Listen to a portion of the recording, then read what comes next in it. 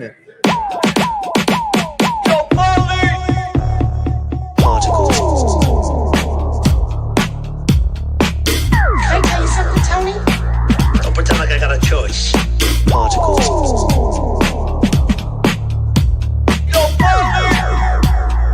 Here we go.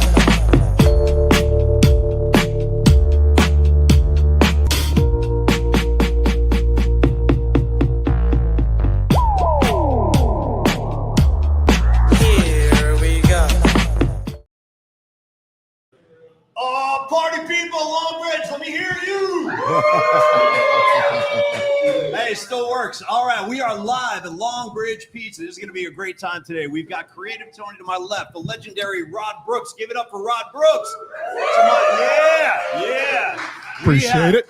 Yeah. Brooksy's in the house. Tom Tolbert will be arriving shortly. We have PMP, I'd say familia / royalty in the house. Starting with Ray, Noemi, I got Miriam, I got Lily, I got Stevie B, and some of you I still need to meet, but thank you so much for coming out. Pleasure to see everybody. Thank you, Neil Denardi, for having us here at Long Bridge Pizza. Let's go, Neil. Yeah, none of this would be happening if it wasn't for the graciousness of Neil Denardi. There he is, my There he man. is. in Take the it white. down, Neil. Take it down. There he is. And, of course, Creative Tony, all of our friends watching online today. Yes. By the way, you guys, thank you for bearing with us as we work through the difficulties. Paulie and I have talked about this many times that we're a staff of 2, 3, and so we're working through it. And I appreciate all your patience. Appreciate all of you being here on a Monday. Thanks for making the effort to be here. Go Blue Jays, go Commanders, and go Grizzlies to start off. What's up, Brian Townsend in the house? Hi, buddy. Yeah, we got a lot to talk about. Brooksy making the drive down from up north, North Bay. Thank you very much, Rod. My pleasure. Yeah. Brooksy, right out of the gates, Paulie, I'm going to ask Brooksy right out of the gates, your thoughts about, actually, Rod's from Houston, Texas, right? So, Yes. Your thoughts on the Houston Texans Niner game yesterday? It was a day where I couldn't lose. Yeah. If the Niners win, hey, man, that's fantastic. I pull for the Niners clearly. It makes my job a whole hell of a lot easier when they win. Mm-hmm. Niners not winning, losing to the Texans. All right, you know what? The little Texans fan in me still feels good. But I'll say this about the Niners. Yesterday, man, just got to flush that. Yeah. I've said this over and over again on the postgame show. That was the cumulative effect of no Bosa, no Huff, no Warner. Yep. Couldn't get a pass rush. The middle of the field was wide open. So no Bosa, no Huff. Means you got no pass rush. You got a blitz. Blitz didn't get there. Middle of the field was wide open. Secondary, they were dead meat. That's not going to happen all the time. However, I think yesterday was, if they needed a kick in the pants, it was the kick in the pants they needed to go out and make a trade. And you got to be smart. You have to be smart with the future assets that you use. But they can't survive without generating some type of pass rush, because being able to blitz is just not going to get it. It's not sustainable. So I got to tell you, I watch Rod every Sunday, pre and post. You're the one. I'm the guy, dude, right here. And by the way, you're crushing it. But you, when you were saying this yesterday on the show, I can't help but remember Matt Mayoko kind of throwing some cold water on that, saying like, well, should they really bring a guy in to help with pass rush when it's basically a rental player situation? Mm-hmm. You kind of lose me when we start talking about contracts and what's beyond this year, because I can only see what's in front of me. But what do you say to that side of the argument that it wouldn't make sense? I completely understand not wanting to get a rental player, not wanting to get someone that you do not have contractual control over beyond next year. This is where they have to do some real serious self-evaluating and self-scouting, because while I understand not wanting to do that, you might have the team when you get Purdy back, when you get Pearsall back, when you get Ayuk back, whenever he does come back, along with Kittle and along with McCaffrey. You have an offense, and you have some young pieces defensively that maybe it is worth it, depending on the player. It is worth it to go for that rental player. But if you can identify someone that you will have contractual control over beyond next year, that you feel like is just as good as someone that will be a free agent next year, then to me, you go and you get that person. Yeah, man. Especially if the Niners continue. Well, again, we can talk about this in a second, but if they continue to win games in the second half of the season, it does make sense on that level. Like if you want to have any say in the postseason, you're going to have to apply some pressure to their quarterback, whatever team we're going to face. And the thing is, in the Texans game, it just laid it out there bare. The Niners are going to be led by their defense because that's the healthiest and best side of the ball for them. But if the defense can't get off the field and get them the ball, then your offensive weaponry is rendered useless. They had the ball for 18 minutes and 38 seconds yesterday. Dude, nuts. 18 minutes and 38 seconds. Hey, Brooksy, eight carries for McCaffrey. That's the second. You couldn't even get Pinheiro on the field to try a field goal. And that's my man. I need De Niro out there. So that's the lowest time of possession for the Niners, second lowest, pardon me, since they started tracking the stat back in 1991. Damn it. So if you cannot get your offense on the field to use them to score points, control the clock, all the things a good offense does, if your defense can't get them the ball, then your offensive, like I said, your offense is blunted. You can't use it. So they have to do something. Dude, you know what's crazy about yesterday? The 49er offense didn't record a first down until the final minute of the first half. They didn't get a first down until that deep into the second quarter. And if you look at the big picture, Rod, Tony, because I'm getting mildly concerned, Niners have now lost 2 of their last 3. Mm-hmm. They're about to travel across country to play a Giant team. I have no idea what to expect. Giants team that's terrible against the run. Awful. Well, good. Then feed McCaffrey all day. Feed him all day. But he's got to be on the field. Right. Okay, you got McCaffrey going up against the Giants defense that I think allowed 2 guys to rush for 100 yards yesterday. That's all fine and dandy. Now, the Niners are not going to have 18 minutes and 38 seconds of possession, but if they are not even or winning the time of possession battle, then your weapon, as with McCaffrey, is unusable. Yeah. Mm-hmm. Yeah. Supposedly there was scuttlebutt about Ayuk maybe returning to practice this week. Well, his window is open. Right, his window is open. And like you said, that will help things. But there is a certain somebody that I've just had enough of, and he wears number 15. Oh, boy. And here we go. Well, you ain't the only one, dog. Well, I mean, we're all about positive vibes on the show. We are. And I know your vibe is too on your show, on the Quality Hang. Check out Rod Brooks' Quality Hang Monday, Wednesday, Fridays. But Juwan Jennings, dude, there are balls that he's dropping that you need to catch, especially if you're asking for the quote unquote bag. If you held out or whatever he did for 5 weeks, didn't practice, and then that's going on. Yeah. I mean, that doesn't help the situation at all. And he needs to rise up, and he's not. I'll tell you where Juwan Jennings is not performing the way that he should. It's not necessarily catching footballs, although that's important. Yeah.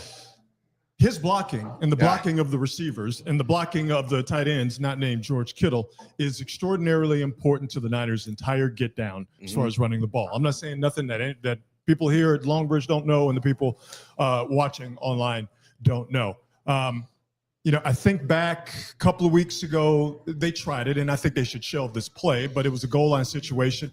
Tried to give it to Juszczyk, and Juszczyk got nowhere. Well, the reason Juszczyk got nowhere is because Juwan Jennings missed his block.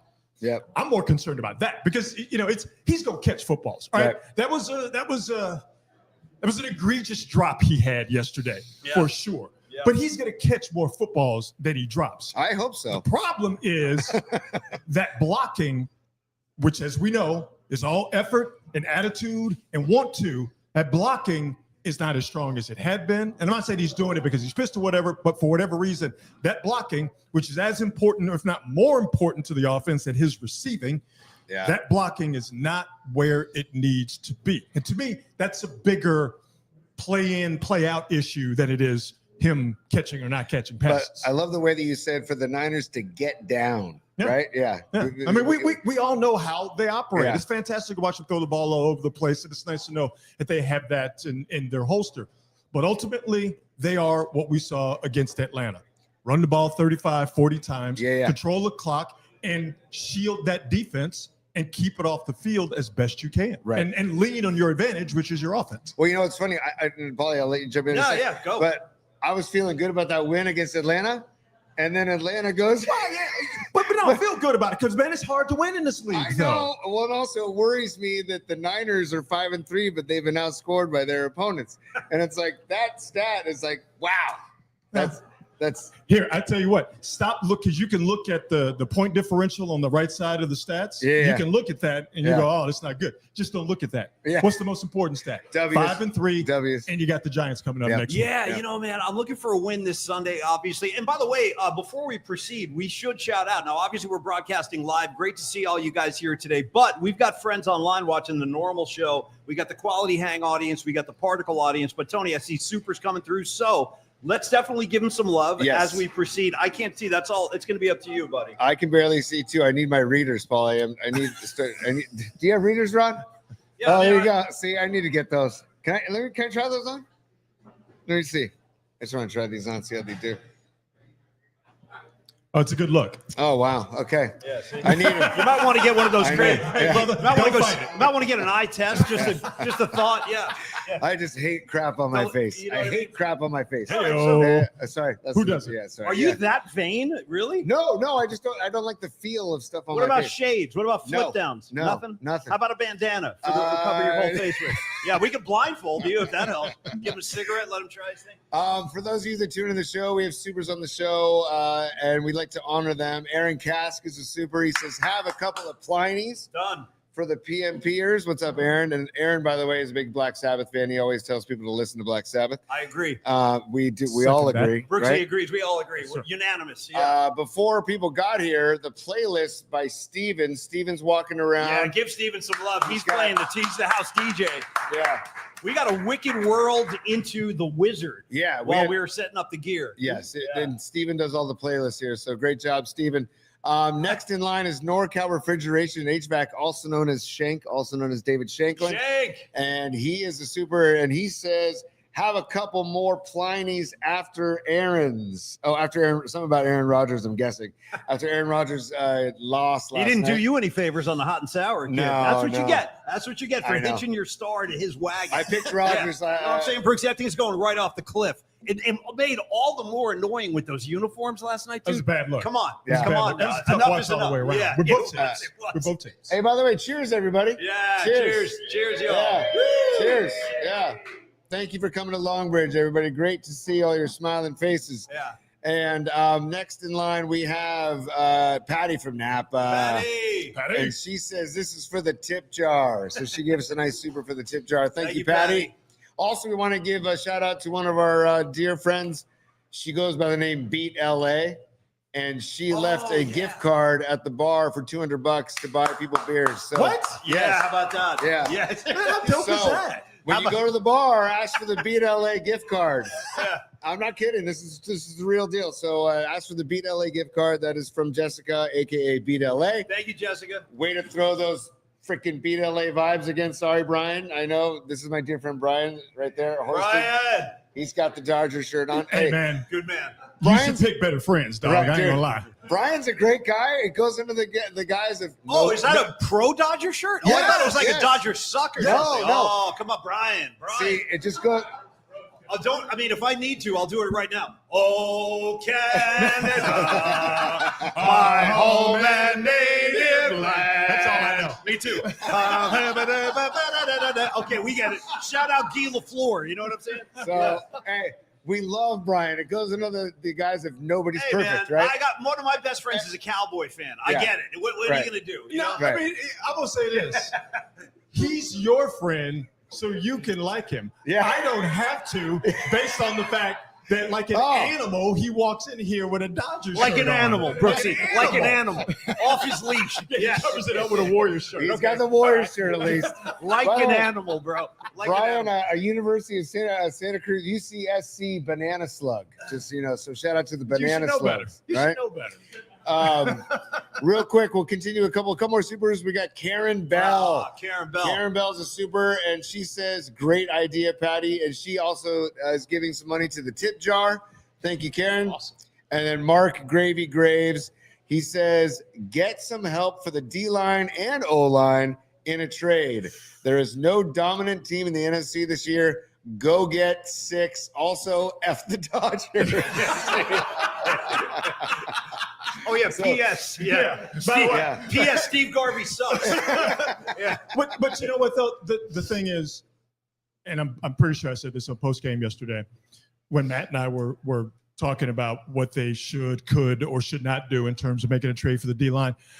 I think you owe it to the players that have gotten the Niners out to a 3-0 lead in the division, with 2 of those being road games, 5-3 at this point, with the chance to bank a couple 3 wins before they get to the bye at the end of next month. It's the first week in December. If you're John Lynch, former player, I think he understands that ethos. Yeah. That the coaches and the players have worked their tails off to get the Niners to a point where they have to make a tough decision about making a trade and what that would cost them from a draft capital standpoint. I don't know how you look Trent Williams in the face and go, "Nah, we don't want to do that." I don't know how you look Brock Purdy. You just spent $53 million a year, $200 million, whatever it is. I don't know how you look at Brock Purdy and go, "Nah, we don't want to do that." No, you're right, You man. just- John Lynch you is owe not it a. to the players Totally. who have Yeah. gotten the Niners to Yeah. this point where a serious consideration for a trade is being made. Right. I just think you have to do it. As Herm Edwards say, you play to win the game. Yeah, Right? yeah. Scared money don't make money. Right. Right. And He's fair, John good Lynch. dog. John Lynch is not the kind of guy who's going to say, "Yeah, we're just looking to get through this year. We're looking ahead to next year." Yeah, He's but- about winning now.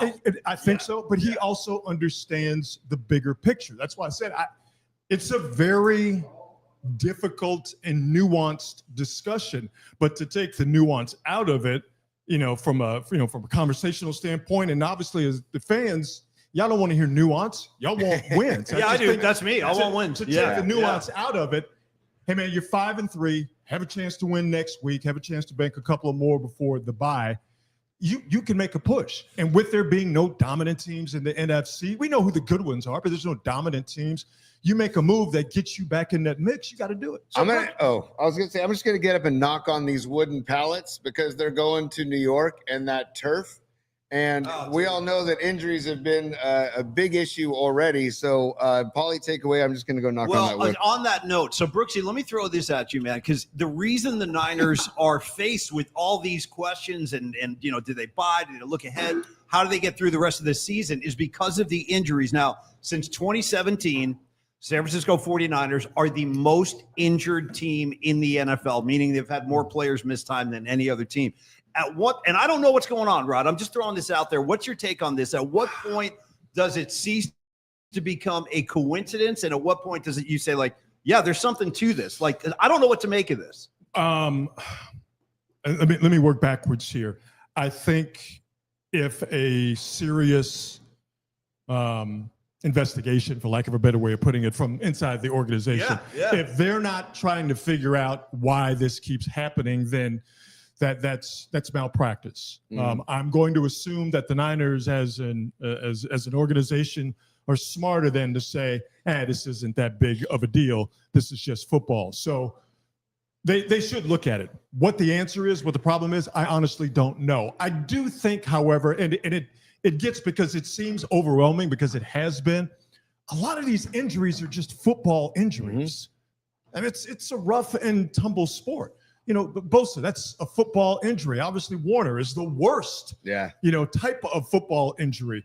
Ayuk, football injury. When Christian McCaffrey when he hurt his knee last year, landing on his knee from that shoestring tackle in Buffalo, that's a football injury. The hamstring injuries that keep happening over and over and over again. I get that. And that's what I'm saying. If the Niners are not looking to see if that is a problem and it's a correctable problem, I think, again, that would be organizational malpractice. I will say this. A lot of teams in the NFL are injured. And while, yes, the Niners, that stat was on Fox yesterday. Yes, you could quantify how much the Niners have been decimated by injuries. You look at every NFL team, and they're all dealing with it. It just seems for the Niners, it has just happened to not only the number of guys, but the type of players. Quarterbacks, wide receivers, Pro Bowl guys, Hall of Famers, Hall of Famers. It's the type of guys that have gotten injured more, in my estimation, than the total number of guys. This is how demented I'm getting. So this morning, Tony, I wake up and I'm looking at, because we are going to watch the Warrior game tonight. This is like a Warrior watch party. So I'm looking at the Warriors and I'm seeing like what their status is, and I see Al Horford toe injury, and I'm like, uh-oh. Was he wearing like a Niner hat yesterday? Was he watching the Niner game and he just like suffered a toe injury? Because like it's just happening so much. Well, but you know why they're doing that though. They're load managing. Oh, Big Al. Settle That's down. fine. That's fine. Yeah, they're load managing him. Yeah. So he's not going to play back-to-backs at all this year. Yeah. So he didn't play the back-to-back in Portland on Friday. Back-to-back situation for the Warriors and playing tonight and then tomorrow at Chase. Not going to play tonight, Horford. He will play tomorrow against the Clippers. I'm fine with that. Because they're a bigger team. And by the way, you could see what Horford's going to bring to this team against Denver Well, last week. Just going right to the corner, hitting his shot, And being you smart. saw how much you miss him against Portland. Yes. Big time. when they got run out of the gym. Yeah. So. I'm excited for the game tonight. I'm excited for the Warriors season. I feel like Horford's like a player coach almost. Big time. Right? Yeah. And I was great to see him after the game, after the Denver game. He goes, man, it's nice to be on this side of like a Curry flurry or just being on this side of not being a victim of Steph and just being a teammate of Steph now. And I feel like he's like, hey, I got a chance to play with Butler, Draymond, and Steph. Let's go. And I don't have to play back-to-backs? Right. Okay. Yeah, Right. that works. Yeah. Cool with me. Hey, how's your boy Dante Whitner doing? D's good, man. Yeah? D's good, man. I miss him. I'm just raising my. I miss Dante, same, dude. same. I miss the outfits. I miss the takes. I miss all of it. I think I'm gonna have to get Dante on the hang. I'm gonna have to get him on Definitely. quality hang. Definitely. Yeah, for sure. No, D is good. He's in Florida. He's real big into to the financial world, and more importantly, he's big into financial literacy for football players. Nice. Because we all saw the 30 for 30 back in the day where guys made a bunch of money and then lost the money. I forgot what the name of the 30 for 30 was. For Dante, who made a lot of money but lost a lot of money, he wants to take the lessons he's learned and he wants to help out these young cats who are making money, but the average career is only 3.5 years. That's Right. average. Right. You might not make it 3.5 years. You probably are not going to make it to that second contract. So, D has found his, I don't necessarily call it a second career, but I think he's found his calling in terms of getting these guys to understand that there's a difference between being rich and wealthy. Yeah. And he's trying to get guys to be wealthy. And that's where D's head is right now. Hopefully- you got to be wealthy to have the type of wardrobe he's got. Dude, we had him on the show a while back, and he was telling us that he just got back from Morocco, No kidding. Yeah. and he was shopping for shoes and robes. Yeah. Well, yeah, but then, dude, Yeah. he's shipping in fabrics Yeah. that he's like, Yeah. he's over in Morocco buying fabric, Yeah. and he's like, yeah, FedEx this to my house in California. Yeah. He don't buy off the rack. No. No. Hey, maybe he should tell people not to mix with the Gambino, Bonanno, Lucchese, or Genovese families. Dude. Maybe. You know what I mean? I love that in real time, millions of Americans either found out or were reminded that the mob Yes. is still in business. in the Still, United it's like the States of Energizer America. Bunny. Still going. Right. Still going. Because I know I was just like, oh, did we get rid of the mob like we got rid of polio? Like the mob ain't around Let no me just more. tell you this. Stevie B knows what I'm talking about. Stevie B's a Jersey boy. So, Rod, 2 weeks ago, I was in New York City. I did go down to Mulberry Street, and all I can tell you is they still have social clubs on Mulberry Nice. Street. So as soon as I saw that, I'm like, oh yeah, it's still going. Still going. Hey, man, I forgot the mob was out there. Forgot it was out there and still active. And to come to find out, the mob is out there and still active. So do with that information what you will. I mean, that story is just unbelievable, and it's got legs, and it's going to continue to get legs, and what's going to keep coming out? What it does, it and this is the NBA's problem, and this is good for the NBA because they need to get their in order. Yeah. People have had their suspicions about the NBA for years, whether they're correct, founded suspicions, or whether they're unfounded suspicions. And the NBA for years has told people publicly or even privately, nah, you don't know what you're talking about. The NBA is above reproach. When we've all watched NBA games, and I'm just the type of person where when I see something happening in sports, I tend to think it is just more incompetence than it is malfeasance. I just, because most times people can be real stupid. But there's so much that happens in the NBA, and we've seen calls to where you go, yo, dog, I don't know about that. That seems real fishy. And then you fast forward to last week where everybody's suspicions were like, I knew the NBA was up to something. They got to clean that up. And this is good that this is punching Adam Silver in the face because they were very arrogant in terms of, there's nothing wrong with the NBA. It's above reproach. Yeah. The problem is you. No, actually, the problem is y'all. Yeah. It is wild. And also, don't gamble, kids. Yeah, don't try this at home. Definitely don't try this at home. Don't gamble with the mob. Like, why are we still messing with the mob? Yeah. Like, I won't get in trouble. Don't worry. We've all seen the movies, for God's sake. So I've been gambling with Rod in Tahoe many times. And wouldn't you love to have those sunglasses? Yeah, like we're finding out they got X-ray sunglasses with like the 7-year-old that still lives inside of me. Were like, wow, X-ray sunglasses actually made it to the mainstream. I thought it was just something out of the back of a comic book. Totally. But and like, the table. They got all sorts of stuff. Why are you gambling with the mob? Right. It's like bad idea from the get-go. All the way around. That can't end well. No, it never does. We've seen the movies. There's literal, it's a blueprint. Right. Yeah, it's like a blueprint. Here's what's going to happen. Scripted evidence or actual real life evidence. We're messing with the mob. It's a bad idea. And we're like, no, I'll do that. All mafia roads lead to either a prison sentence, a death sentence, or a horse's head in your bed in the morning. So it's a lose-lose. Yeah, it's a lose-lose-lose across the board. Hey, by the way, I want to take this one brief moment while we have a little break in the action here. So Tony, myself, and Rod have literally been working together since the late 90s when we were working over at what was then the Ticket 1050. And at that time, we were the flagship for Oakland Raider football. One of our closest allies, one of the guys we used to have on all the time, Oakland Raider royalty, George Atkinson, sadly passed away today. And I wanted us to I wanted to put that out there. So if you have a glass, raise it up for George Atkinson, one of the all-time Oakland Raider greats. Rest in peace, George. But we all did some time with George. He was a great guy. Incredible guy. Yeah. Incredible guy. I feel like we were lucky to have, they weren't the best team on the field, 100%. and it was the Joe Bugle era. Oh.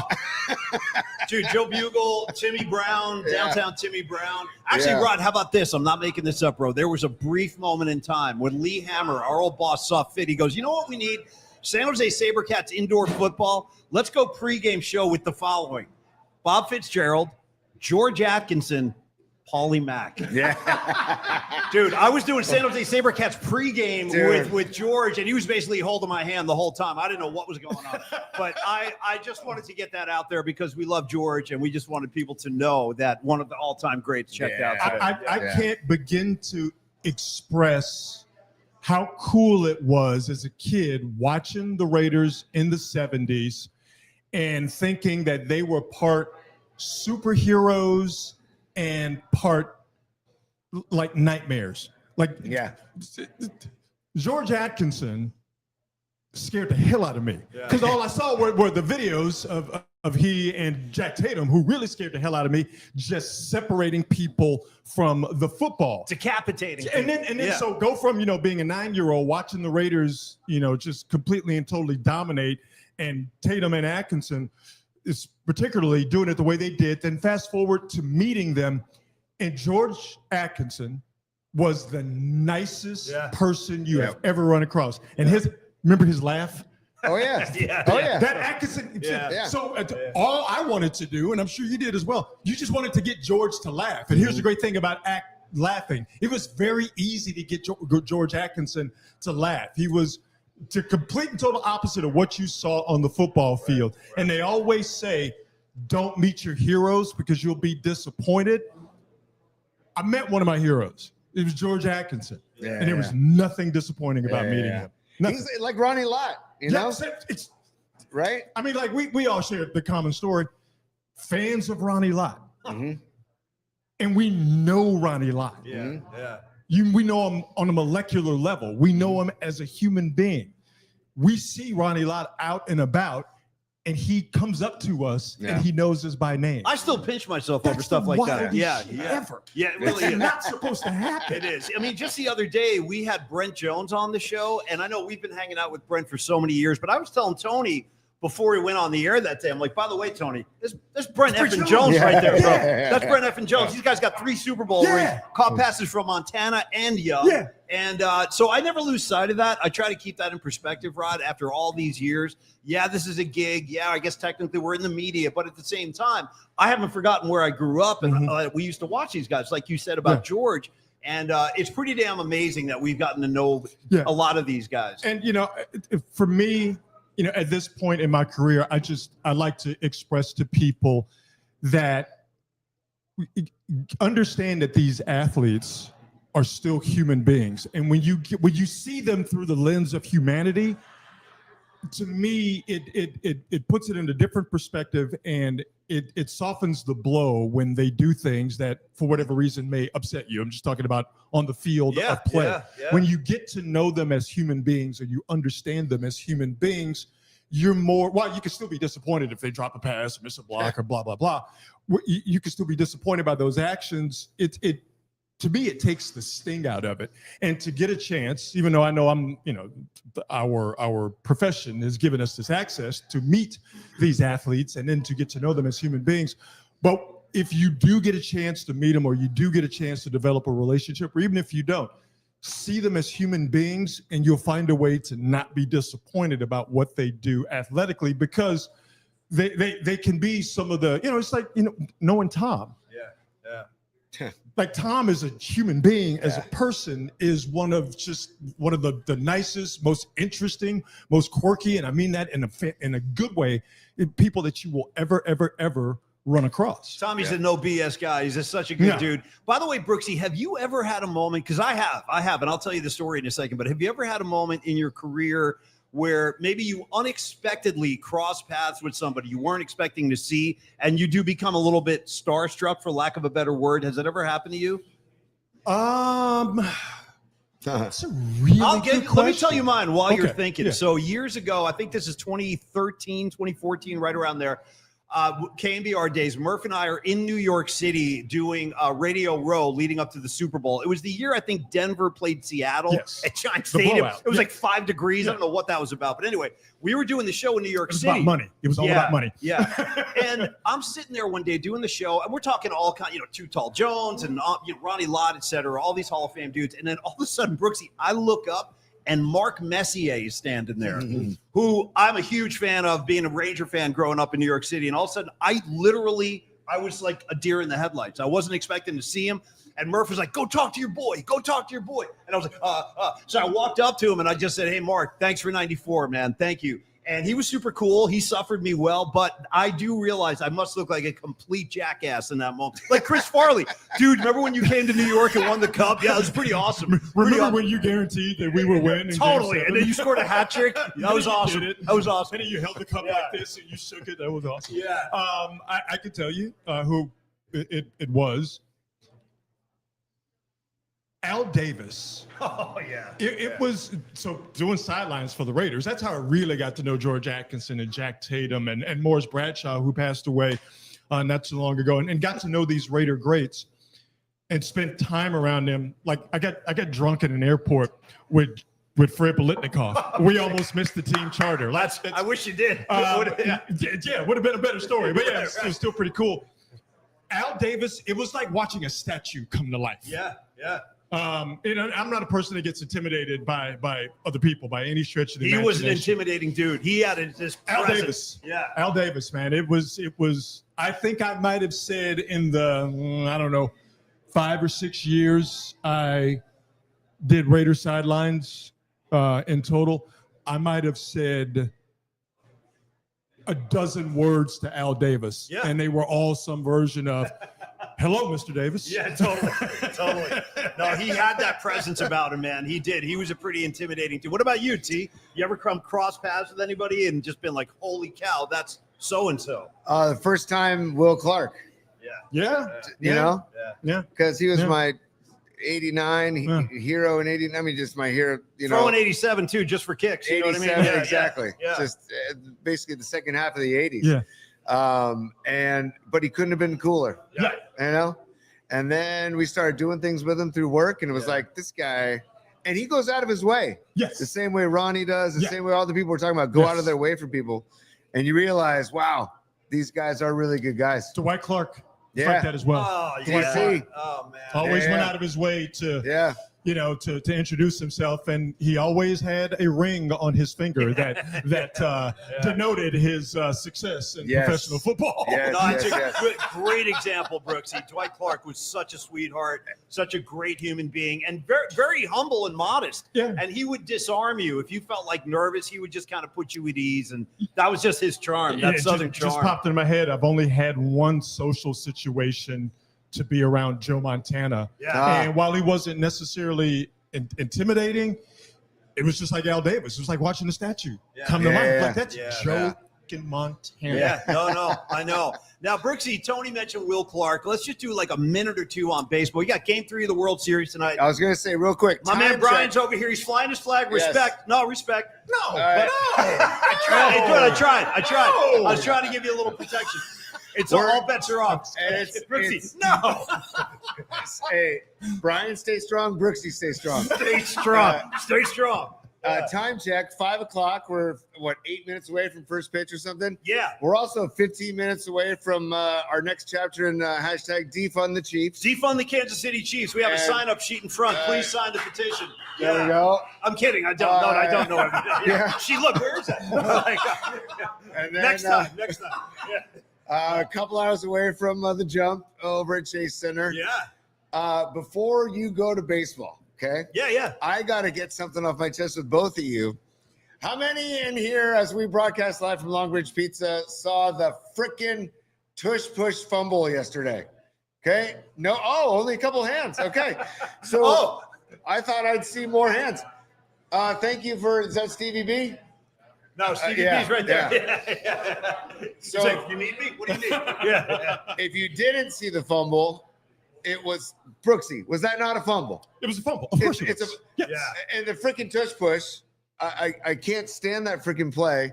And the fact that that thing happens. What's up, John Joseph in the back? I see JJ's you. in the house. Yeah.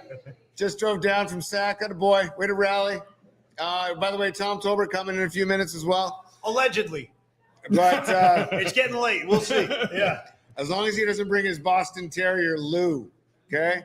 We did the show from Tom's house on Friday, and Lou jumped on my face. AKA Lucifer. She opened Yes. them up. Yeah. Yeah, pretty much. Oh, she pretty touched much. you? The I drew power blood. of Christ compels you. Dude, I drew blood. I drew Yeah. blood. Opened up his Yeah. nose. Yeah. It wasn't a work. You didn't snipe Talk about this No. way. a razor Yeah. blade across your head. I mean, it was just like I couldn't. It was an attack. But what did you It do? was. It was Yeah. an attack. Yeah. But the Giants got jobbed Yes. because that was the beginning of the second quarter. Yes. The game was tied 7-7. Yes. And all of a sudden, Thibodeau has the ball. Yes. In the red zone. In the the red- Eagles are in the red zone. In Right. the red zone. And all of a sudden, oh no, it's not a fumble. We're going to go to review, and we're Yes. still not going to call it a fumble. Yes. Can somebody please explain to me what in the hell we're doing? Go ahead, Brooksy. So when they ran it earlier this year, what was it, 4 straight times? Yeah. That was the beginning of the end of enough support in the league to not ban it. Right. What happened yesterday, I think that's it. I think because they were already only a few votes And short. the whistle did not blow. Well, yeah, it's because here's the problem with the tush push. Look at the look on his face, Sorry. by the way. The The intensity. action, You're like, Dude, it Yeah. pisses me off, man. yeah, The yeah. action Your doesn't life bother depends me. on this. The actual push itself, what they do, Right. it doesn't bother me. What bothers me is that it's officiated incorrectly. Right. Where they're jumping off sides. Well, guys are lining up off sides. They're Yeah. in the neutral There zone. is no neutral zone. Right. Yeah. There is- Okay. yeah. Which is what they've done. They've Right. eliminated the neutral zone. Yes. So in essence, Yes. they've already gotten the yardage they needed. Yeah. All they have to do is physically move the football from point A to point B.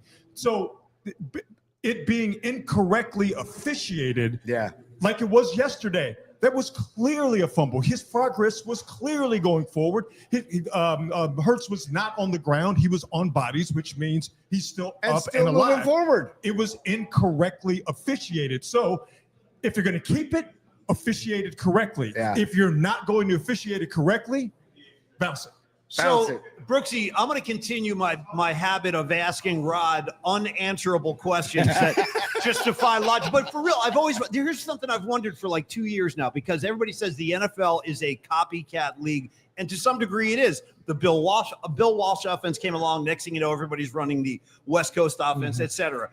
Why do you? I have no idea what the answer to this question is, but given the success rate of that play when Philly runs it, why have no other teams attempted to run their version of the tush push, knowing it always works? Well, they have. You've seen other teams do it, and you've seen them not be able to do it. Definitely to the degree of success that Philly has had, and all it takes is a couple of times to fail at it, and a coach is going to say, "I'm not doing this anymore. We're not going to work on it." Like Buffalo. Exactly. With Josh Allen. Exactly. Yeah. And listen, Yeah. it's stupid for Buffalo to do it with Josh Allen because you have a linebacker at quarterback. Right. Why are you tush pushing when you should just quarterback sneak it? If Tom Brady can quarterback sneak it, you can quarterback But can we just get to the baseline that it's not football? But to me, that's almost a semantics argument because to me, it is football. It is big men going up against big men who are moving. To me, football has gotten, and I think football is better for it, to where it's a game of space. It's sideline to sideline, and it's about exploiting all of that space with speed and quickness. I love that that's the NFL right now. I'm glad that we still have a play that brings it back to old school football where it was big dudes in a small space beating the out of each other, trying to get as much yardage as they can. If that's the case, I want special teams on field goals defense to be able to use other players I don't to mind hoist that. themselves up. I don't mind that. Right? I don't care if you throw a guy up in the air. Right. Yeah, I don't Bring mind it. that. Yeah. Okay. Yeah. All right, bring it. Bring it. It looks like we have our fourth, I think, maybe joining Our us fourth now. host might be in the house. yeah. Might be in the house. It's tough to say. Now, Tony, with your permission, can we do a quick Dodger Go. Blue Jays? Okay, thank Go. you. Brooksy, game 3 tonight. Blue Jays to give them a fighter's chance in this, not only in these LA games, but the whole series, or is the juggernaut just going to take over? I mean, they got to get to that Dodger bullpen. Is Glasnow pitching tonight? Glasnow, right? Yeah. Yeah.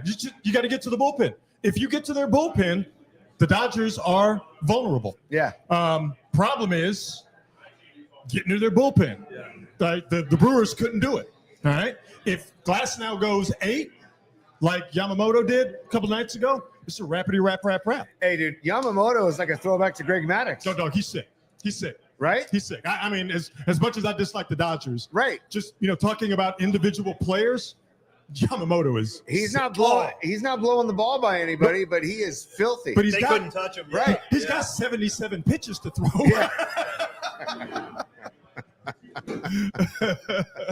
Oh, all right. All right, ladies and Yeah, gentlemen, Yeah. here it comes. There he is. You're good. Yeah. Tom Tolbert joining the festivities. What's up, Tom? Good to see you, brother. Hey, Yeah. Tom. Right there, kid. Yeah. Hi, buddy. We were just talking about Lou. Yeah. Yeah. The Lou Lunge, as it's known. Yeah. Yeah. Oh my goodness gracious. Nice. You coming from the Chase Center? Yeah. Drop Yeah. some stuff off, and I bring beer for all the guys at the end of the Nice. broadcast. So I went and dropped that off and Nice. hooked it up. Well, Ogden came and got me, so then I got here and heading back. Nice, Boy. dude. Well, Nice. welcome to Long Bridge Pizza. This is one of our sponsors, Neil Denardi and the White up there. Very generous host. Great to have you here, Tom. We were just we just landed on talking about Dodgers-Jays Game 3. Okay. By the way, great call on the Texans. You said that with certainty Oh, yeah. on Friday, or like, take the Texans. Well, 100%. you get some right. Yeah. And I'm not going to take too much credit because, trust me, there's plenty I completely biff on. Yeah. Me too. Completely biff on. Yeah. We're just like, oh, God, that didn't go the way I thought it was going to go. Hey, don't talk about the losses. Just talk Nah. about the wins, baby. I just keep moving. You keep moving, right? Yeah, if you keep moving, what's behind you can't catch it. So I keep stepping. Try to tally the losses and wins at the end of the year. So, but yeah, that game was a game that it just set up well for the Texans. Yeah. And like I said during the show today, it's like the levee finally broke. Like it's Yeah. just they were plugging the dike, and gotten buckets and everybody was pitching in and they were playing. I don't want to say over their heads, but like maximum level from a lot of people on that team to get it done. And it just seemed like one of those games like, yeah. And then the Texans took advantage of it, and you saw that they just, I mean, I don't want to say they don't have the players because they did have the players a week earlier. So they're probably not that good defensively, but they're not this bad defensively either. The thing I liked most about the game was the fight they showed. Yeah. They only gave up 26 points, and they got slaughtered. Yeah. Absolutely slaughtered on the stat sheet. 470 yards at like 220. Time of possession was 41.5 to 18.5. Yep. Texans were 9-16 on third down. C.J. Stroud didn't get touched. He looked like a different quarterback than he looked against Seattle. So, yeah, I mean, look, those games are going to happen, but they hung in there against Tampa on the road. Difficult circumstances, hung in there against Houston. And I think that bodes well for the fight that this team has. And now hopefully they get some reinforcements back. They'll stay back. NFL is a funny game, though. They get guys back. You never know who they're going to lose next. Right. I mean, that's just the way it is. Yeah, we were talking about this earlier, and your perspective as a former player, I'm curious. To me, you make a move because I think you owe it to the players who have gotten you a 3-game lead in the division, who've gotten you to 5-3, who have you in a position to where you are one of the top 7 to 8 teams in the league. Yeah, you got to be smart. You don't want to do anything dumb unless it's the right player. Yeah. If Myles Garrett is out there available, then you do something dumb. Probably not going to be. But to me, you have to pay off what the players have done to this point to make what they've done worthwhile to get where you need to go, which is imminently attainable. Yeah, I mean, it's so tricky, but I agree with you that these players have played their asses off. And I think that would buoy the whole room. Yeah. Like, hey, we got reinforcements now. When they got McCaffrey. And I'm not saying they're going to get a McCaffrey-type player, but that absolutely lit a jolt in them a few years ago. It's tough because, Bosa and Warner aren't coming back. Right. So you know that. So can you get a difference maker? What's a difference maker going to cost you? Yeah. And how much of a difference can that difference maker make without, another stud? Problem is they lost all their high-priced players, right? Ayuk's out $30 million. Bosa's out over $30 million. Yeah. Purdy's been out. Yep. Warner's out. I don't know what he is, probably 18, but that's one of the highest-paid linebackers in the game. I mean, they've lost their best guys, and that's how they've constructed this team with elite talent, and then hoping to fill the pieces or fill the crevices, and then draft. Right. And the draft looks like it's good. Like I like the young guys. But they're young guys, and they're going to do young guy things. And we saw them be young yesterday. We saw Mustafa look young. We saw Green look young. We saw Bethune look young. And they got dudes out there. I'm like, who the hell is that dude? Yeah. I felt like Charles Barkley before the season. Who he played for? Charles Barkley during March Madness. Yeah. Like they had the dude yesterday, the linebacker Robinson. Yeah. I saw him. I was like, Is he a Niner? Where'd that guy come When from? did they sign him? Like, they just drop him out of the Raptors or something? Yeah. That was the same way I felt about Lucas the week before. I'm like, what? But they're balling. I mean, they're doing as well as I think a team that's lost the talent they've lost can do. Yeah. And as you mentioned, 3-0 in the division. So they got that, ace card in the hole. It's gonna be tough, but hopefully Purdy will be back soon. I think what they're thinking is when we get Purdy back this time, let's make sure he's back for the rest of the season. Yeah. At least in terms of he doesn't hurt the toe again. Yeah. Something else could get hurt, but we don't want him doing that again. Yeah. They brought him back too soon against Jacksonville. No doubt. I think that's obvious now. But, I mean, how are you supposed to know that? He was good. I always tell people when players play nowadays, like everybody wanted to blame the Warriors when Durant got hurt against Toronto. I'm like, you know how many people signed off on that? Durant signed off on it. Probably 2 doctors signed off on it. Steve Kerr, Bob Myers, like everybody was like, okay, we're good. And then he gets hurt, and everybody's like, we got back. Well, look, if the player doesn't feel like he's ready or his doctors don't feel like he's ready, he's not going back. Yeah. It's not the old days where the coach says, get the F in the game, and you're like, okay, I'll lose my job if I don't get it. Right. That's just not the way it works anymore. So Purdy's a guy I'm sure that wants to get back out there. They got to be smart about that. The hope is you get Purdy back. Ayuk comes back at some point as a reasonable facsimile of Ayuk. I don't think you're going to see Brandon Ayuk till next year probably. Pearsall comes back, doesn't take him too long to get up to speed. You got Ayuk back. That opens up the passing game, and in turn opens up the running game because they can't run. Oh, man. They ran against one team this year, the Falcons. That was it. They're kind of light in the box anyway. Yeah. So, but the offense is going to have to carry it. But here's the trick, though. We were talking about this earlier. Okay, your offense, that's the tip of the spear for the Niners. But they have to be on the field for them to be effective. If the defense can't get off the field and get you the ball back. Now, yesterday was an extreme situation, but it was an alarming situation nonetheless. If the defense can't get off the field and get them the ball to where they can establish the run, where they can use all the weapons that they will eventually get back, then you're just kind of out there. And they threw blitz after blitz after blitz to a Texans offensive line that objectively is one of the worst in football, especially on the left side, and they did nothing. And I said this on the pregame show yesterday. They put Anderson on McKivitz, just parked Will Anderson on McKivitz, and he ate his lunch yesterday. Yep.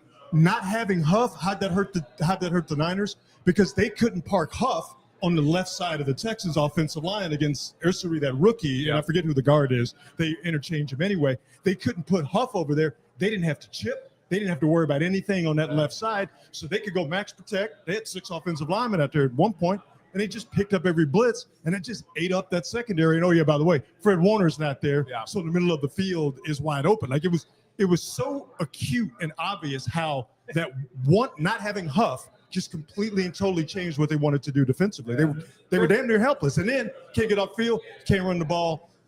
Mac Jones, when he does have time, he eventually threw some good passes, but he was under siege too. Like it was just one after another after another. See, and that's what I worry about when Brock Purdy comes back. Can they protect? Because you're talking about Brock Purdy, not hurting that toe again or re-aggravating it. I worry about the line being able to keep guys off him. Yeah, but Brock Purdy can move. Yeah. And Mac Jones can't move. Mac Jones a statue. Yeah. Right. He just gets back there and he's got like I won't say it's an extreme level of this, but you watch old guys play quarterback like Flacco and Rodgers, and they get guys around them and just go. they just like fall down. They start falling on their own. They're like, I'm done. Like, I got this. Like if they can't throw it away real quick, then it's like, okay, let me do it. I got it, guys.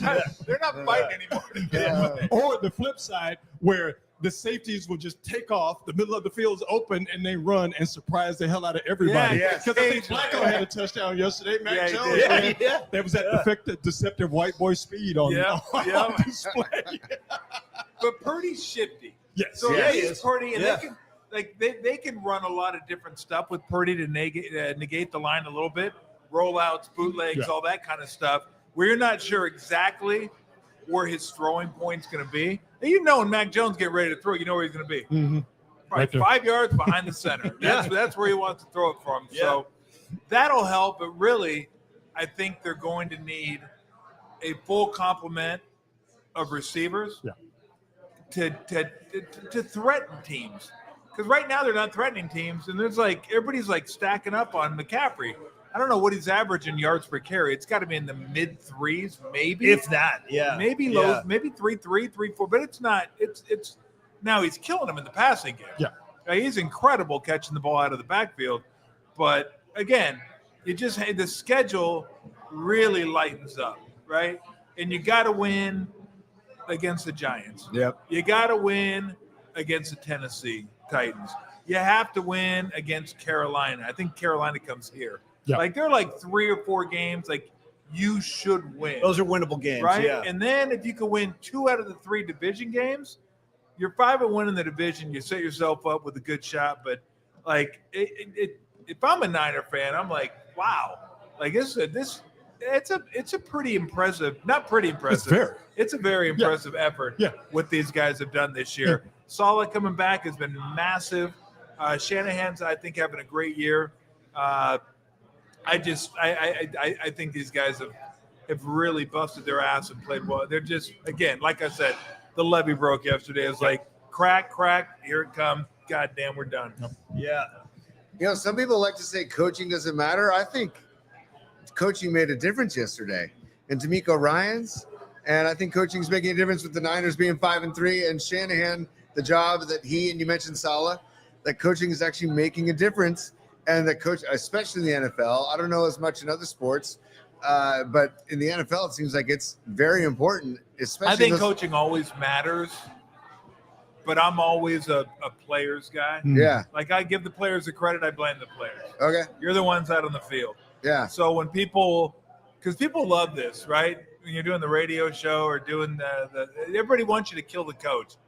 I'm like, well, Yeah. why do the players get off scot-free? Well, that's why I Why does everybody love the players so much now? They don't want to criticize the players. Like players just get killed all the time. Yeah. Now it's the coaches that get killed. I'm like, well, damn, the players are the ones out in the field. They're Right. the ones that miss a tackle. That's it. They're the ones that aren't in position to do it. Now you got to coach them to be in that position. Right. And again, they have. That's why yesterday was such an aberration. And you look at it. What was it? Was it the coaching or was it the players? It wasn't for lack of effort. They just weren't talented enough yesterday. Well, I mean, being the lone Texans fan within probably a 250-mile radius of where we are right now, I'm a big D'Amico Ryans fan, but D'Amico Ryans looked like a really good coach yesterday because number one, he's got the best defense in the league that held the Niners only hit for what the Texans give up a year, or give up a game, which is 14.7. Yeah. They only scored 15 points yesterday. So that defense, to your point, Tom, good. the players made D'Amico Ryans look good. And C.J. Stroud, he And looked CJ good too. C.J. Stroud looked good because the Niner defense has depleted, couldn't get to him, and they were able to use their weapons. So coaching is important, but that was a game yesterday that was about players and dudes, and the Texans had more healthy ones than the Niners did. Yep, no doubt. Yeah. Now, as far as college football goes, Brian Kelly had to go. So, as far I was as wondering coaching when is that was going to concerned, come up. he Wicked Witch is dead, baby. He had to go. I It was wasn't all gonna his bring fault. it. It was all his fault. I wasn't going to bring up LSU. It was all his fault. That's all Ron. Oh, Yeah. it's a good day today. It's a really good day today. By the way, I saw what Kelly is due to make when they let him go. I think it's like $53 million. 54? Yeah, good Dude. Lord. Yeah. Oh, I was blown away. Wow. I forgot Oh. how much college coaches make. I mean, It's a unbelievable. good job if you can get it. Yeah, right. Right. Can't get Just sit fired back from and it. get paid. Right? Just sit back and get paid. Just boom. I'm not going to do anything more. I rest of love my they were life. like Penn State told James Franklin Yep. that if he wants to get his money, he's got to go look for a job. I'm like, yeah, he gonna be looking for a job the same place OJ was looking for Yeah, the real exactly. killers. dog. Nice, He gonna nice. be on the On the golf course. Nice. The real killers. They're out there somewhere, Brooksy. Yeah, nice. Job market is sad. I can't do nothing about it. Nice stipulation. You have to go look. What? You don't have to go look. You didn't say how hard I had to go look. He's gonna get a I'm LinkedIn looking. profile. Yeah. He's going to be driving bicycles going like this. Yeah, not looking good, though. I'm moving on. God damn. Has there ever been a time in college football where such premium jobs are open? Never. Penn State, LSU, Never. Florida, probably Florida State Yeah. at some point. I mean, it's amazing. And then Florida State isn't what it was like Bobby Bowden years, but Florida State's still a pretty good job. Yeah. Florida in most years would be the best job available. But LSU It's like the third best job Yeah, available. yeah. Because Penn State's second best, LSU's the best. Yeah. By the way, that was a fun atmosphere being down Did you there. like it? Yeah, it was cool. Did you like Nice. It was cool. Yeah. I mean, who is hot? And the seats were hot. Yeah. I was sweating Yeah. buckets when I got up there. I was like, God, it was so hot and so hot, I didn't even go down to get a beer. I'm like, fuck that. I ain't going anywhere. I'm sitting my ass down here at halftime. Like a gentleman. You know, if somebody wants to bring me a water, that's fine by me, but I ain't climbing these stairs No, again. man. Because I didn't want to go tumbleweed down the stairs. I was like, nah, we don't need that. And you were behind the student section, right? So you were, Yes. yeah. Yeah, we weren't there's two sections. Ours was the lower of the two. Okay, that's right. Okay. Yeah, I yeah. remember the pick. So, but yeah, I mean, all yellow Yeah. at night, good game.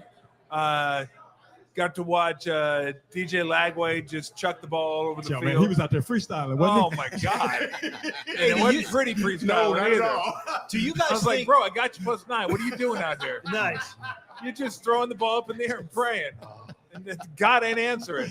I guess he was too busy taking care of Justin Fields this weekend. Hey, when it comes to filling some of those jobs, Tom and Brooksy, do you think that given the success that Indiana program has had, that more of these big time programs will start looking at maybe unorthodox, or not unorthodox, but less obvious candidates? Because he was a Division II guy, right? The guy. No, it was James Madison. Oh, James which Madison. Was, was, I guess, NAIA. I don't know what it was. but not But a then huge it went name. to Division right. One. No, it wasn't Yeah. a big name, but he kicked that. Like you said, Google him. He Yeah. wins everywhere he goes. Yeah. Here's the thing, though. Indiana is not Penn State and LSU.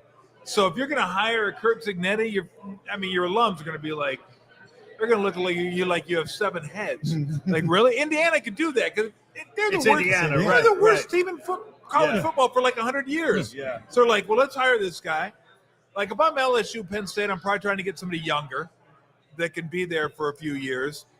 I don't necessarily think you need to get a big name. I think look, Brian Kelly's a perfect example. You go to name, name, great. Everybody's happy. The alums are, and then boom, falls on his face. I think you need to have some smart football people that are making the decisions, that know, like, can watch game film, can talk to him. And one of the most important things I think in college isn't just the X's and O's.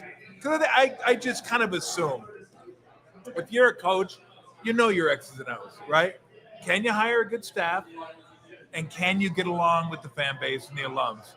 That 1 and was 1A, dog. You just nailed it. Yeah. 1 and 1A. And Brian Kelly didn't really even do both. Nothing. He didn't do either. Nothing. So, I mean, you can't. Nothing. I mean, you come down there and look, South is different. Yeah. SEC is different. Yeah.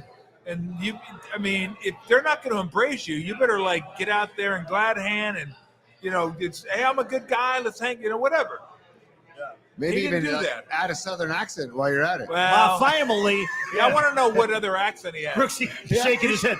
My family. He should go to Rutgers, see if he can pull off Yeah, that totally, New Jersey totally. accent. Talking like Tony We're Soprano. like, damn, wait a minute. Yeah, 4 years ago, you had an LSU. You got a South Egg. You got New Jersey. Yeah, exactly. I think we were on the air still when he got that job. We were. Yeah. And Yeah. I know I said over and over, this ain't gonna work because nobody likes him. Yeah. Nobody. He Yeah. can coach. He can clearly coach, but he's not likable enough to get a good staff, which is what Saban was good at, which is what Orgeron was good at for a little bit. He wasn't good enough to get a good staff because nobody liked him. Nobody wanted to come work for him. Yep. He's got way too shitty of a history in terms of how he's treated assistants. Yep. And you're right. You got to recruit the state, and it's state of Louisiana is a very interesting place. And if you ain't about it, Yeah. if you can't fake it, then you're not. If you don't live it or you can't fake it, it's not going to work. And somebody said today, it's perfect, that Brian Kelly took the LSU job to see what LSU could do for him. Most guys take that job to see what they can do for LSU. Yep. That's the difference. So I mean, it's Look, Ed Orgeron won there. yeah. Ed Orgeron can't coach. Now, did he get lucky that Burrow came there? Yeah, of course. Yeah. But he's about Louisiana. That's all he's about. Yeah. I mean, and then they found out 2 years after he won the national team, bro, you can't coach at all, can you? He's like, all right, give me my money. He was all about Louisiana and 25-year-old co-eds. At gas station. And you know what? I'm like, I couldn't really blame him, actually. Hey, Tom, while you were in New Orleans, did you have a favorite spot? No, I mean, we went and saw the Gators in a swamp. That was pretty cool. Nice. Drove around in the boat. Nice. Oh, wow. Nice. And then went to LSU football. And then I'm trying to think where we ate. Did you stay in the French Quarter? No, about a mile away. Yeah, Okay. you're better off. We All right. stayed in an Airbnb about a mile away. Right on. No, it was cool. Nice. I tell you one thing though, Huh. Louisiana has some of the worst beer. Oh, right. Like, they do right. not have their beer game needs to tighten up. Man. Nah, They're not known There's- for their craft beer. we Like at all. They're like, tell Here, you here's Abita's an good, Abita. it's not. And I tasted an Abita 5 years ago. I'm like, that's all you what? Yeah. That still sucks. There's- I told him, I go, give me Coors Light. Yeah, Yeah, dude. totally. Abita? You don't drink a goddamn Abita. Abita's terrible. dog. Jesus. Just draw me a Coors Light. I remember when brutal. Abita was supposed to be brutal. the bomb. It was Yeah. like, oh. I mean, look, Yeah. they're too busy with the hurricanes, the hard Yeah. liquor, and all that, Right. which is fine. But I love my beer. Yeah, yeah. So I went there. I gave up after 2 days. I'm like, bro, just give me a Coors Light. I'll You just can suck it up. give up on beer after 2 days, and your shit is I'm awful. like, whatever. I'm like, I'm good. Like I know 3 guys, maybe 4, but 3 guys that own breweries in the Bay Area, like prominent breweries. We go to Philadelphia. I'm like, give me a beer place in Philadelphia. One of them said, go to Monk's Cafe. It's one of the best beer bars in the country. It happened to be our Airbnb was 50 yards from Monk's Cafe. I was like, talk about serendipity. Yep. We went there every night we were in Philadelphia. Nice. Incredible beer bar. Yeah. Incredible beer bar. Every city we go to, I'd ask them, they go, oh, check this out. Minnesota last year. Went to Minnesota. He goes, check these 2 places out. Really good. Had their beer. We went there, bought some beer, brought it back home. Great beer. Text him. What do you got for me, New Orleans? Nothing. One of them said not much, and the other one said nothing. I go. There's 0. There you go. But can you go see live alligators anywhere in Minnesota? Fair point, or Bruce. Pennsylvania? Yeah. No, you're not getting it in Philly. No. Or Nope. go on a one graveyard thing- tour, get spooked. Can I see I've done that. Yeah, dude. Yeah. 8 different teenagers play the drums on a bucket. on a Nice. box? Yeah, right, No, right, I right. can't Yeah. see that. Do I need that? Not that many. Maybe No. one's fine. No. But I was like, bro, you sound a lot like the other guy, okay? I mean, it sounds like you're all playing Phil Collins here. It's like an echo as I walk down Bourbon Street. That corner of Bourbon and Canal Yeah. is a portal to hell. Totally. Totally. Basically Once is. you walk by it's either Walgreens or Crystal Burger. I forget exactly what's there. It's been a while Hey, since I've been Brooksy, there. what time did they hose it all down? Because at one Oh, point, it's like 3, 4 o'clock in the just morning. shut it down. When the Yeah. horses come out with the fire push hose. everybody off. Yeah. Get all the gunk off the streets. Yeah. All I know is, did you see the huge ass beers sign? Yes. that you- Yes. Dude, Yeah. come on. What are we gonna do? It's unlike anything. Oh, it's incredible. It's unlike anything. We actually we heard Bourbon twice, and it was before it really got going. So I was like, I don't know. I've been there. Yeah, you don't need I that. was there Yeah. in New Orleans for a Super Bowl. I shut down Bourbon Street 4 straight nights, Yeah, dude. and I thought I was going to need kidney, spleen, Yeah. everything transplanted. Yeah, I remember that. Your shows were rough the next day. Dude, Oh, I remember that. I fell asleep on Frank. Nice. We were doing the interview, went to commercial. I came back, I was snoring. He heard it on there. He goes, I think Tom's left us. I was out. I got back to the room like a half an hour before they called. I was like, thank God. That happened to me in Chicago once. Yeah. I It's went just down. killing Yeah, me. it happens. It And then I happens. did it again the next night. Yeah. Literally, if I did one of those nights now, I'd kill myself. Oh, same It'd here. Be over. He lied in an ice Back bath. then, I was like, yeah, give me like 4 or 5 hours sleep. I'll go at it again. What time are we going out? We're good to go. Yeah. Yeah. Give me a hurricane. We're good. Yeah. Yeah, I got like 2 minutes. Okay. Okay. Final thoughts for Tolbert. Tony, get him out there. Oh man! First of all, Tom, thanks for coming to us and visiting. Absolutely. You know, before you actually got to go to work, tell RC Davis and Tim Roy hello for us, And please. Raymond. I Yeah. talked to And- RC Davis before I came here. I told him I was doing the show Nice. with you guys at Yeah. Longbridge. He goes, love that pizza. Isn't it? It's awesome. It's Love great. that awesome. pizza. Yeah. It's Sourdough great crust. pizza. That's the secret weapon. Is that the secret Yeah. weapon? Yeah. Yeah. Yeah. Yeah. Everyone's got a secret weapon, except me. Vegas, we talked about Vegas on Friday, and they were on point with the Texans. They have the Dubs 47.5. You think over or under? 47.5 wins for the season. I mean, I like them over, yeah. Me too. Yeah. but Yeah. health is going to be key. Okay. You're going to get games like tonight where Horford's not going to play. Yeah. Right. And you'll see They're the going to play him difference. tomorrow because they're going against Clippers, and Zubac Uh-huh. is a bigger threat than whoever. I'm trying to think if what's the big fellow's name for the Grizzlies? Jackson? Ed Edey. Oh, yeah. Jackson. Jackson is I so guess. big. Yeah, I guess Out. Draymond will probably guard him. So I mean, he wanted Horford to guard. So Horford's not playing any back-to-back. I worry about the health, Yeah. but this team's got some depth. Yeah. They just have age, Mhm. but they should be. Like I see the West. OKC's far and Yeah. away the best team. Yeah. I think it's Denver after that. Yeah. Warriors beat him in a hell of a game. That was a what great a great game. game. Incredible game. And then after that, Who it's knows? like the beginning of the Kentucky Derby. It's just, and it's just horses and horses That's and moving and horses and Yeah. jostling, and Yeah. it's going to be a mad race to the Yeah. end. And I mean, Denver might even be included. I don't know, Yeah. but it's going to be wild because it's going to be like last year. You have a bad week at the end of the year, you fall back 2 games. You have a good week, you come up 2 games. Yeah. Maybe you're the 4th seed. Now you're the 8th seed. Now you're the 3rd seed. Now you're the 6th seed. So, Right. I mean, you have Minnesota, you have Houston, you have the Clippers, you have the Lakers, Spurs. you have maybe the Spurs. Although I think Spurs are going to be like in that 7-8 range, I think. But we'll see when they get Fox back. And the Warriors. A lot of teams that are really, really Yeah. good. I still think too, if you have to face the Warriors in the postseason, that's not a great position for other teams looking at us to be like, damn, we got to play these guys in a 7-game series. That's not going to be a cakewalk for as long as they're healthy. That's going to be But tough we for saw anybody. When they were healthy, they beat Yeah. Houston. When they Yeah. weren't healthy, they didn't beat Minnesota. Yeah, they got smashed because they Yeah. didn't have Steph. Yeah. Like nobody wants to play against Steph. Right. He's just too hard to guard. He's different than anybody in the NBA. Yep. Like I say about Steph, he distorts the game. Everything you think you know about basketball, Throw it away. as a defender, you don't. You got to rewire your brain. Mhm. It's like, oh shit, that's right. I got to get out on Yeah. it like 38 feet from the bucket. Yeah. And it's a whole different deal. So no, it'll be interesting to see. This is a good test for him tonight, back to back against Memphis and then the Clippers. Yeah. It's kind of a weird schedule early on. A lot of 1 or 2 game roadie. Mhm. Like Bucks, Indiana for a 2-game roadie. That's a weird roadie. Yeah, like that's weird. go all the way across the country, basically, 3/4 away, and play 2 games, then come back. So I don't know, but I like the team this year. I think Yeah. they're going to be really good, competitive.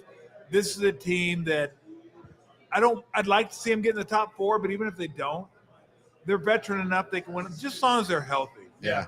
Yeah. Like they called remember the lineup in 2015? They called it the death lineup at the end Yeah. of the game. Yeah. Now they're going to have the near-death lineup. Is basically what it is. the Kevorkians. Yeah. Tom, The Kevorkian Yeah. lineup. It's really good, but there's a little fragility there. A little bit. So Yeah. we'll see Yes. how it goes. Yeah. What they lack in size, what they lack in youth and athleticism, they make up for in just elite skill. Elite And just skill. How they can play team offense, and when they're right, how they can play team defense. You do that in a 7-game series. If you're healthy, you can beat anybody. Yeah. And it's Yeah. funny, too, because some people are like, well, it's Steph still at the stage where he can be the focal point of an offense. I'm like, do you have eyes? Yes. Like, literally, do you have eyes? You watch this guy, what he does? Dude. Like, he's the sun in this offense. Everything revolves around that guy. Yeah. And it should. Yeah. You watch him play now, you'd think he's like 32. Mhm. It's pretty Like, amazing.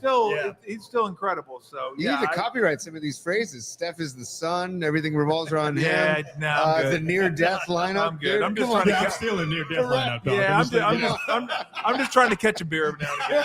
Hey, Tom, thanks for coming, brother. Great to see you, man. Thanks, boys. Hey, Appreciate Tom it. Tolbert, everybody. Yeah. Give it up for Tommy. He's got to run along, do his real job, of course. Yeah. Oh, it's the best. Yeah. It's the best. There he is, Tommy Tolbert, on his way to Chase Center, calling Dubs Grizzlies with the great Tim Roy. And by the way, Tony, what are our responsibilities at this point going forward? Well, I was going to give an Where'd our update. show go? I'm looking. Dude. Now we got ESPN. Well, because I was looking at the Blue Jays. The Blue Jays had 2 runners on. Oh, we got to get that game on pretty soon. Yeah, because I think we're going to wind down. Yeah, we are. The Blue Yeah. Jays had 2 runners on, but they got out. Dodgers got out of it, but they're showing signs of life early in the game. Give me more. Wait, the Jays had 2 on? Jays had 2 runners on in the top of the second, but they got Just Glasnow keep got out applying of the it. pressure. Right, Keep right. applying because they do that. They get guys They on. do. Yeah, They do. Yeah. But they got a tough lineup, They dude. got a very tough I mean, lineup. that's why just win 1 in LA. Yeah, Get it back to Toronto. I agree. Get agree. it back to Toronto, and then get Geddy Lee out there again. All those Maple Leaf guys, let them do their thing. Yes, Yeah. yes. Yeah. By the way, I got to give it up to the national anthem for Game 1. It was amazing. Later, Tommy. Brooksy, I think we're on the. I think we're winding we're down. gonna- I mean, we're- Tony's in charge. I'm following his lead. I don't know. Where do we stand? Where do we stand? We got no score, bottom of second, Brooksy, in the World Series. I do not have a football score. I can check that real quick as well. And then we got Dubs taking the floor at 7 p.m. But first of all, just so good to sit and rap with Tommy. Oh, Tom huh? rules. You got. I mean, rules. that's not to spend a lot of time talking about the past, but that felt Oh, yeah, felt good. a little bit. Yeah, That was Yeah. like, like, oh, I remember those shoes. I like those shoes. yeah, That feels comfortable. yeah, totally, yes. totally. Yeah. Yes. It's no score in Monday Night Football. The Chiefs were 3rd and long, and the refs called a penalty Of to course. extend the drive. No, that's how it happens. I just made that up, but I'm just guessing. Oh, it says. I guessing mean, that happened. I'm just guessing. we've that seen it happened. so many times. I wouldn't blink. I wouldn't bat an eye at that. I fell for it. Yeah, I was me like, too. yeah, of course. Yeah, of course it did. 3rd and long. Hold on, they'll find something out there. Yes. Yeah. Yes. I will say though that we thought and we wanted the Chiefs to start to decline. Yeah. Then they We- came right back We up. thought we were Yeah. seeing the Eagles start to decline, Yeah. and then what have we seen over the past They're few both weeks? back, Oh, right, look, with the their- Chiefs yeah, and the Eagles yeah. are out there doing Chiefs and Eagles stuff. Great, that's awesome. know. That's fantastic. I know. And I think next week, is the matchup where Casey has to go into Buffalo. I think that's next Sunday. I think it might be a Sunday nighter or a Monday nighter. Oh. Check the schedule, but I'm pretty will. sure that's next weekend. And I need to see Buffalo beat them, man. I need to see it in the postseason. Go ahead. They're at Buffalo 125. Okay, so- Sunday afternoon. Okay. Yeah. Yeah. I mean, that's a great Yeah. game, but that's the devil that Buffalo has to knock out at some point if they're going to climb that mountain. I mean- Because Josh Allen, man, like, I want to see him get a ring. I as long as the Chiefs are standing there, though, I don't know. I need to see it. I mean, the problem for Buffalo is defense. Yeah. And even if they're not dealing with a fully activated Patrick Mahomes and Rashee Rice and I forget the other receiver, Xavier Worthy. yeah, Xavier Worthy, and Yeah. they're getting a little bit of a run game, which is all they need. They don't need a lot, just a little bit. A little bit. It get a little bit of a run game. I don't know how Buffalo deals with those threats, and even if they do beat them in the regular season, that's fantastic. Do it in the postseason. That's what I'm saying. Yeah, you got to You do it know? on the big stage. Yep. Update: 1-0 Dodgers. Damn it. Teoscar went deep. Did he? Yeah. All right. First day, still bottom of the first? No, we're bottom second. Okay. That was the guy I wanted the Giants to go He after. would look real good in the Giants That's the guy I uniform. wanted because he signed a 1-year deal with LA before this season, and then he was a free agent. I'm like, go get him, pay what you need to get him. And by the way, Brooksy, I know I shouldn't generalize like this, but I'm going to do it anyway. Speaking of the 5 families in New York, what do you think of the Giants' new manager? I was just about to ask. Yeah, Vitello. Um, yeah. I like it. The questions I have and the reservations I have, and they're not many, I don't think they outweigh the positives. Yeah, I'll buy of, that. Hey man, try it. Yeah. Why not? Yeah. I will say this though. I like the idea of Vitello coming in and bringing that energy that is not necessarily a part of Major League Baseball's No, you don't ethos. see that like that. Yeah. I wonder if he's going to be able to fully be that guy, Right. or will he have to tamp it down? It's a good question. Because Yeah. there's one thing, and I wish I could remember who said it because I want to properly give them credit because it's such a great and true line. If you watch baseball around the world, yeah, they all look like they're having a ton of fun. Except here. Except Except here. here. In No, Korea, yeah. they are having a blast. Yeah. Oh, dude. In They're Latin flipping America, bats, dude. they're having a blast. Yeah. You get to the United States of America where baseball was invented. It's like a and- funeral. And Yeah. nobody can have Yeah, any right. fun. No, not allowed. So I wonder if his energy and his fun, for lack of a better way of putting it, I wonder if he's truly going to be able to have that personality and impart that personality on the Giants, or will he have to tone it down, or will it be tamped down because that's not the way things It's are a done in Major really, League Baseball? really good question. and you see him the photos and the videos of him in the fur coat, right? Yeah. And you see the Blue Jays with their blue sport coat, right? Yeah. The blue Yeah. jacket. I'm like, some people might think that's gimmicky, but that That stuff stuff works. That stuff Exactly. completely It works. works. But you have to know baseball, Yes. and you have to know Yeah. the baseball culture and I'm talking about the players. You have to know that type of stuff works over the course. Little League, it works. Yes. High school, it works. College, it works. 162 game season, does it work? I love, though, what he said about player development and how they want to go about it, not necessarily differently, but there has to be an emphasis on it. Yep. So I think with Vitello saying that and Buster sort of absolutely co-signing that with the hire, he has a very powerful ally, but years and years and years of baseball culture and a lack of winning is what the Giants are up against if they're trying to change things. And that's a really difficult job, I think. Yeah, and I think his biggest job, as far as I'm concerned, Brooksy, just as a Giants fan, just get this team back in the postseason. Honestly, just get them back in the mix. Yeah. I think Giant fans would be pretty satisfied if that can happen, because this has been how many years now without a postseason since the 21. Dave Kaplan thing. Yeah. 21. But it feels longer than that, man. Yes. Well, it's only 16 and exactly. Well, yeah. Here's why it feels longer. Because the Dodgers and the Padres are always in your way or in the postseason. Yeah, and it's funny, because I think of the Dodgers and the Padres as two teams that enjoy playing the game, and you can see it outwardly. Like they're not afraid to show that joy. The Giants have been very vanilla, for lack of a better word. Very, and I'm going to go ahead and go so far as to call them dull. Like, it's been a dull few years here. Sure. And and we need something personality-wise to get re-engaged. I think the casual fans, they always want people. Oh, I love Tim Lincecum. Oh, I love Madison Bumgarner. Right now, they don't really have that. Guys that they can really feel connected to. Yeah, they need to get more athletic. I'd love for them to steal more bases. Yes. I get tired of watching them and all of Major League Baseball just say, well, the stolen base doesn't matter. It should matter, especially now that you can only throw over once, in essence. Yeah. So I'd like for them to get faster. Yeah. It's a very dumb rule. Faster, more athletic, and use that. But definitely being more personality driven, I'm cool with that. And by the way, I should know this, but I don't. In the postseason, those rules are still in place, right? You can only throw over twice. Yes. The only thing that's different is the extra inning rule. Here's an example of what we're missing as baseball fans. I just watched I can't believe ESPN's doing this again, but there's a brand new documentary series about the 04 Red Sox called Believe or Believer or whatever. I thought that's new. There's another one, dude. It just premiered last night. Nobody want to watch this. I know. It's I've already seen this in multiple platforms, but they had this little piece of the thing to you where it was Dave Roberts in Game 4 before he stole.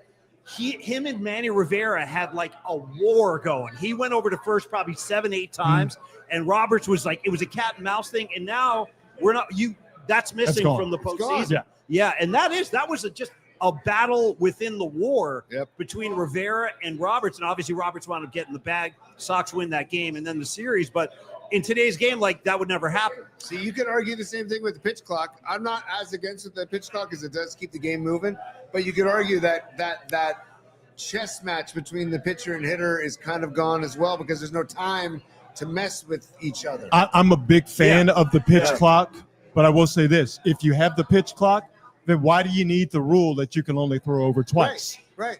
If we've eliminated or we have a mechanism in place to curb the time wasting, why are we doubling down by having the pitch clock, the mechanism, and you can only throw over once? But again, the bigger question is, why are teams not taking advantage of the fact that you can only throw over once? There you go. Once you throw over that one time, now it's my on. lead is halfway to second. You're gone.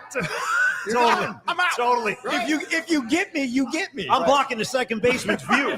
That's how far over I am. Yeah. I know you're not gonna throw over again, so let's get it. Hey, by the way, I'm starting to wonder how long before this crowd turns on us? Let's do it. Because we have no games on. We have our faces up there. do it. We should probably wrap pretty soon. No, let's do it. But before we do, let's thank our host, Neil Denardi, Longbridge Pizza. You guys, give it up for Neil.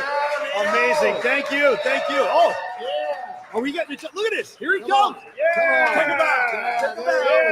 Take him out. Get him on camera. Neil. Right here. The man. Yeah. Also want to thank Tom Tolbert for coming by. What a treat. Yes. The legendary Rod Brooks. Quality hang with Rod Brooks. Yeah. And then, of course, all the sponsors that help us get this show on every day, Dr. Matt Young, Longbridge Pizza, Carlos De La Fuente, and Flex Funding. And, of course, how about Dom, our secret weapon? Yeah. Peralta's design right here, kids. Stellar design right here, man. Dom Peralta. We would not be here without Dom. Literally today, he set this whole thing up. Also, Dom put together the ticket stubs for today. Yeah. The poster for today's event, Dom put together. He has done all the merchandise that's for sale on the back table. Thank you so much, Dom Peralta. This would not be possible. Thank you, Dom. Thank you, Big D. And thank you, all of you, for coming out tonight. We freaking love you guys. Hum Daddies, Stevie B, Ray, Noemi. I got Miriam. I got Lily. I got Leah Phillips. I can only see so far without my glasses, but we love you guys. Thank you so much for coming out. Let's watch some ball and let's have a good time. Cheers. Final words? Final words. Los D, our great sponsor, Carlos De La Fuente, is a super. Yeah. And Los D says, roses are red, Neil's sauce is too. Order a ton of extra larges for the PMP crew. Okay. Cheers, Los everyone, D. from Carlos De La Fuente. Yeah. And then we got Escobar Cheeks the third. Oh, dude, Escobar. Rod, there's a story behind the name. Oh, no, I've Cheeks. seen it. Yeah, I've seen it. the fingers. I've seen it. Yeah, I've seen it. You got junk in the trunk. Escobar he Cheeks does. the Yeah, third yeah, has yeah. a message for Rod. He says, Brian Kelly can now use his normal voice. Yeah. I want to thank my family. Yeah. And then Patty from Napa, one of our favorites, she checks in from Lake Havasu. Happy birthday to Mrs. Cheeks. It's Escobar's wife's Oh, birthday. nice. Happy So birthday. Happy birthday to Mrs. Yeah. Cheeks. And again, thank you all for coming out tonight. Thank you. Thank you. And we'll see you tomorrow at high noon. Go Blue Jays. Let's go, Blue Jays. Let's go, Blue Jays. Sorry, Brian. We'll see you tomorrow, kids. All right, y'all. Hey, we're back tomorrow, high noon on our regular time, regular channel. Rob Brooks, Quality Hang, Mondays, Wednesdays, Friday nights, usually 8 p.m., right, Brooksy? 8 p.m. Yes. 8 p.m. Not tonight, though. Not tonight, kids. No. Rod's done the work for the day. Yeah, we're all done. Also, Rob Brooksy, pre and post Niners, best show, pre and post show for Niners football with Matt Mayoko Agreed. and Carlos. It's Yeah. a great show, Rod. Thank you, brother. Great job, my man. And you're doing great stuff with on NBC with I'm blanking. Look at this Dave. kid. Dave. Oh, yeah. Yes. Yeah. Yes, he's great. Yeah. He's great. With There's so many Sports people. Sunday. that guy. Yeah. I had to think about it for a second, too. Yeah, Yeah, with the Sports other Sunday. guy. Yeah. Sports Sunday. So check him out. Thank you all. Thank you, Thanks, guys. kids. Cheers, y'all. All right.